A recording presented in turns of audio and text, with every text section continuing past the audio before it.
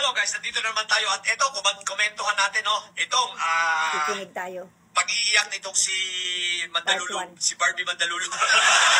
Sa mga hindi po nakakilala, siya po yung mandarahog na kasama doon sa nabanggit ni Robin Padilla sa Senado. Doon sa presentation niya sa Senado. Ito, nag-iiyak na. Nag-iingi na ng tulong kay Robin Padilla. Okay, komentuhan natin ha. COVID na po. Shoutout po kay Senator Robin Padilla. Sir, assalamualaikum warahmatullahi wabarakatuh.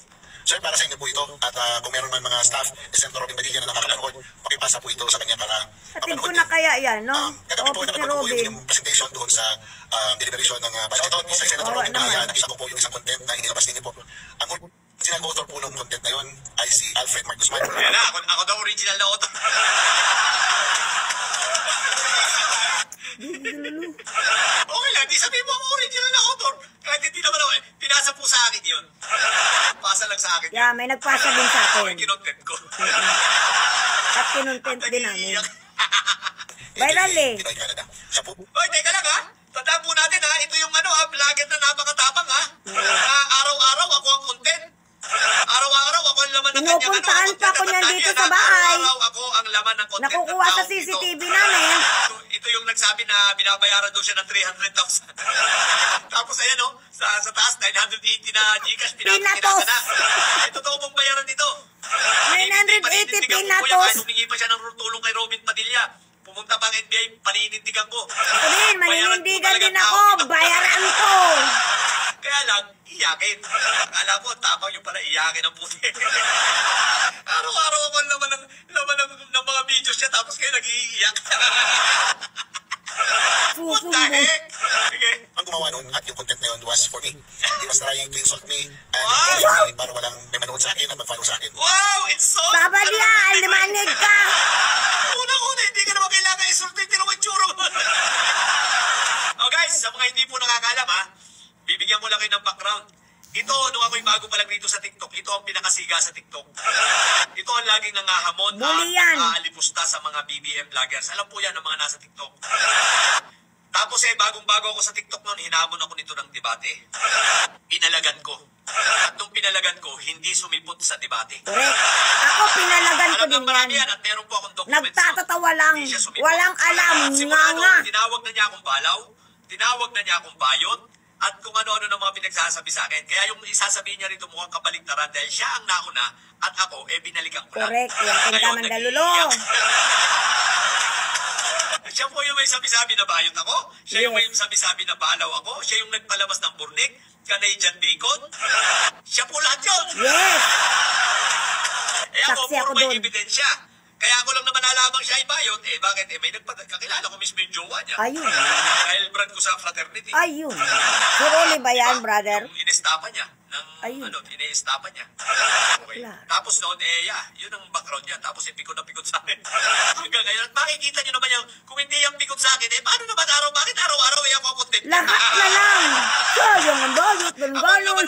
Tingnan niyo, pasyalan niyo yung kanyang page at ako ang laman. Ingit na ingit pa yan. At ito nga pala yung 4 na beses na umiyak sa akin sa debate. Ito rin yung nagsabi na ang gumawa ng Skyway ay si Duterte. Ang bobo. Tagapagtanggol ng mga details.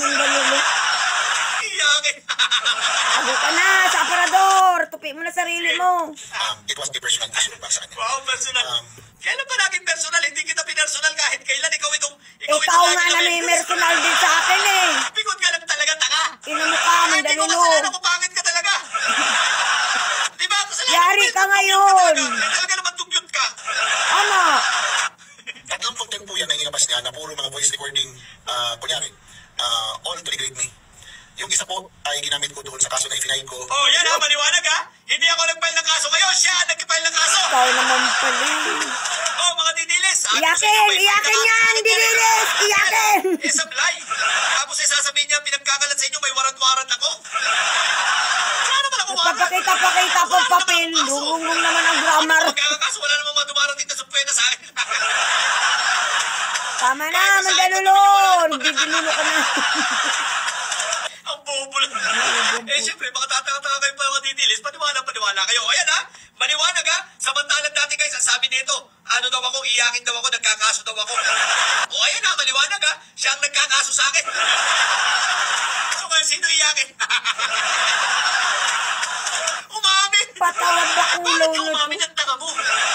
Tinatago mo nga yan sa mga didilis kasi masisira yung Laki-laking reputasyon ng matapang. kahal naman. Di ba hindi ka nagkakasot matapang ka nga? Tapos yung sinabi mo, inamin mo. Kasi nga, syempre, inaamin niya kasi nga, nakikiusap Naipit siya na nga, brother.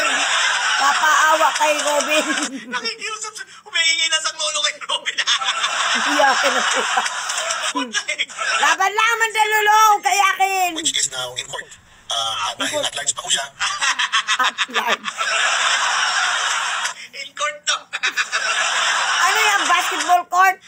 Anong klaseng court? Baka naman yan ay Victoria Court. Nasa court, nasan? Sa Victoria Court. O baka naman nasa Prince Court. Ang lakas ng tama ni Mandalulo. Iyakin. Kaloka to. Iyakin. Iyak pa man, Mandalulong. Yan ke. sir, Oh, yeah. Sir, ano yun, sir? nagawa siya ng content. Lately, gawa siya ng content. Nire-reverse psychology kayo. Yaw! Nire-reverse psychology. Uto-uto si Nire-reverse Robin. psychology ka raw si Pinoy. Talagang ano, no? Talagang humihingi ng tulong. Hoy, Robin Padilla, ginagawa kang tanga nito, oh. Inuuto ka. Ang tingin kay Robin Padilla, uto-uto. Nanguuto yung piyot-tut. Maria Loy, no, pasawa mo. Nanguuto ang putik. Uto-uto. Sabi niya na, Parang batang nagsusumbong sa Sumbong pa kamay niyo. more. Ang tanda na. Parang bata Nauubak nagsusumbong. ako sa... Parang pagkalaban mo sa school, napakabuli yung pula, napakabuli yung pala sumbungero.